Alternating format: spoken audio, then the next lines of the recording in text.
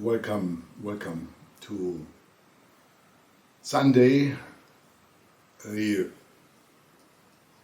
quite extraordinary day from the perspective that the world is impacted by the conflict between Ukraine and Russia.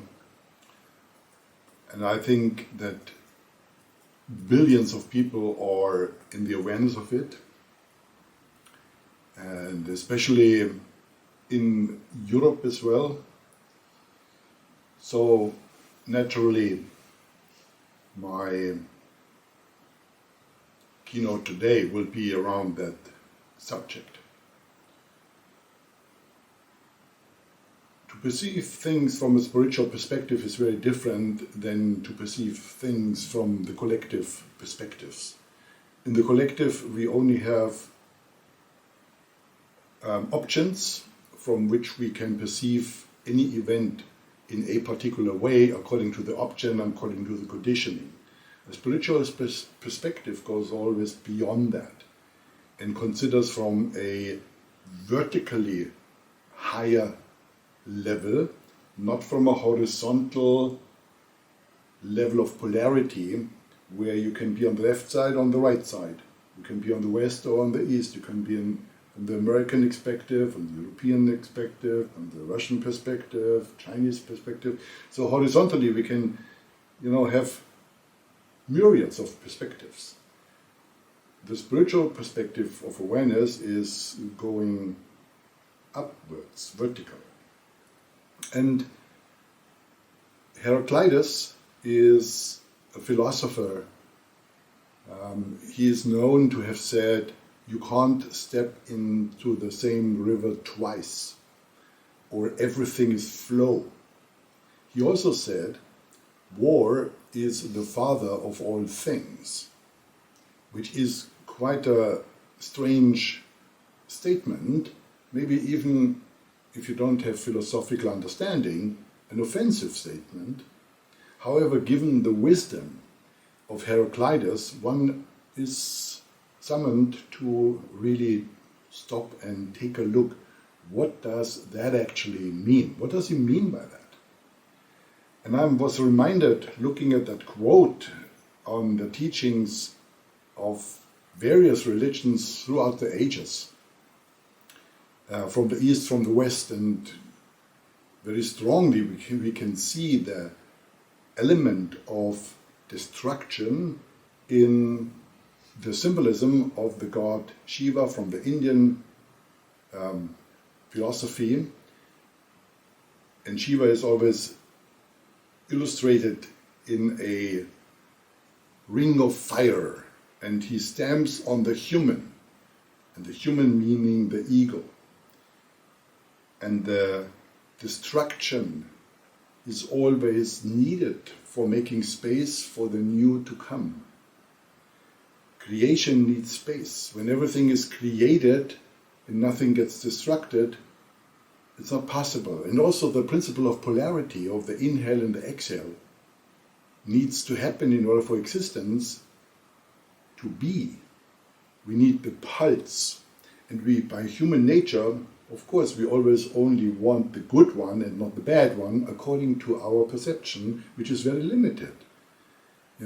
When we see that in nature things need to make space, there is in the animal world the pack order, the food chain, and one eats the other, and of course it is horrible from the perspective of the gazelle, but the lion is celebrating. And we are summoned to take on a bigger perspective when we are facing and confronted with situations like we are since a couple of days. And I have prepared a quote, what I also shared in lots of social media spaces today, from Jiddu Krishnamurti, who says it's so beautiful, and I want to share it with you here by reading it to you. Jiddu Krishnamurti, also one of the greatest philosophers and world teachers we ever had, he says, when you call yourself an Indian or a Muslim or a Christian or a European or anything else, you're being violent. Do you see why it is violent? Because you are separating yourself from the rest of mankind. When you separate yourself by belief, by nationality, by tradition, it breeds violence. So a man who is seeking to understand violence does not belong to any country, to any religion, to any political party or partial system. He is concerned with a total understanding of mankind. He is concerned with a total understanding of mankind. So when we are a part of something, it's very difficult to understand it. We need to rise above it in order to develop awareness, understanding, wisdom around any subject that we are paying attention to. What principle are we experiencing when we're taking a look at what's happening? There is a country, Russia, intruding the Ukraine. And the principle, what we are looking at here, is intrusion. Now let's take a look at intrusion. I believe that no one is able to throw the first stone, because everyone consistently, consciously or unconsciously, is intruding in everybody else's territory. See, when you are just telling somebody something without asking them permission or sensing into them whether they want to hear what you have to say, that's intrusion. That's intrusion. Just to jump in, maybe you have a close relationship and you feel you have an entitlement anytime, anywhere, to tell to your beloved or to dump on your beloved your mood. Not just because you had a terrible day, you feel entitled to let it out on your children, because they are your children.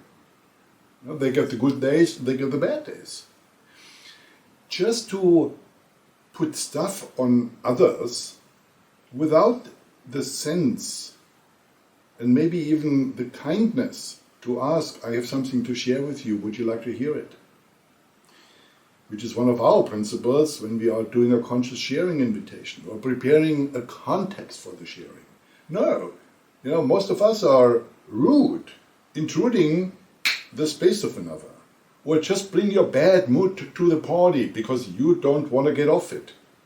It's an intrusion with energy into the space of whatever you walk into. If you walk into your family, if you walk into your team, if you walk into the world. And then intrusion goes all the way further, right? Intrusion into privacy, intrusion into another's belief systems, to play out our strategies of manipulation, our tangos on another to make them do what we want. Any strategy, any manipulation, any action of being the player of the marionettes. And for many people it's unconscious, it's kind of normal, a lifestyle, but it qualifies to be perceived as an intrusion. So this principle is something that is now on the big screen. Yeah, one country is intruding another country. And if I ask you, why did you intrude your beloved by just saying that or bringing that energy into dinner? You will have your reasons. So has the one country. And the other country has also reasons. And then we are again being tempted to take sides according to whatever reasons resonate more with our values, right? So there are values in the Ukraine, there are values in Russia, there are values in America, there are values in Europe, and then there are the personal values. All of that plays a role with regard to which side we are taking. But the principle itself is a principle of intrusion. And if we want to contribute to a world where intrusion retreats or simply disappears, then we need to be the change we want to see in the world. We need to stop intruding others with our ego, with our stuff, with our moods, with all the entitlement we feel just to dump anything we have inside onto anybody, anywhere, anytime. So if we are waking up to the principle, then I believe that we will contribute a tiny little drop of consciousness into the collective. If more people are doing that and going into resonance with it, we create a momentum. And with that momentum, one day, the critical mass may have been achieved when the collective itself is changing. Yes, it may not serve right now anybody who is affected by the consequences of the intrusion. I'm part of prayer, I have compassion, we will have a minute of silence and all of that, absolutely. The collateral of our intrusions, or of intrusions, yeah, are we considering the collateral? We might feel justified to just have our position fixed and make the others convinced that our position is right. Look at all the arguments you had in the past. Look at all the conflict energy that is between you and others. From your perspective, it might be right, and it can be understood. However, there's always another side of things. There's always the polarity. And until we stop the war energy in us by manipulating our environment, people, nature, systems, the world, until we stop the war of our attempt to change things by force, war will be a principle that will continue to be, and it plays out on bigger scales.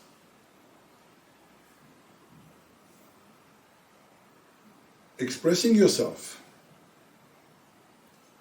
with permission is wonderful. This is your power. Force means you are having an agenda to push through your point of view and make others, either by fear or by any other emotion, play great songs, play the anthem, play this. We had it all. Hundreds, thousands, millions of people can be impacted, manipulated to take on sides.